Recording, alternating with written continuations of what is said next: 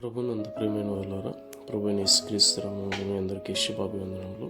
ఈ ఉదయకాలమున కలువరి కృపా సన్నిధికి మిమ్మల్ని ఆహ్వానించుచున్నాను.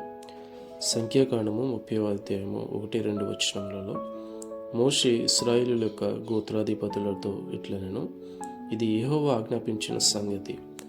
ఒకడు యెహోవాకు మొక్కుకొనిన ఎడల లేక తాను బద్ధుడగుటకు ప్రమాణం చేసిన ఎడల అతడు తన మాట తప్పక తన నోటి నుండి వచ్చినదంతయు నెరవేర్చవలను. దేవుడైన యెహోవానే స్పష్టంగా మోషే ద్వారా ఇశ్రాయేలుకి చదివిస్తున్న మాట ఇది. చాలాసార్లు మన జీవితాల్లో కూడా కొన్ని మొక్కుబడులను దేవునికి చేసుకుంటాం.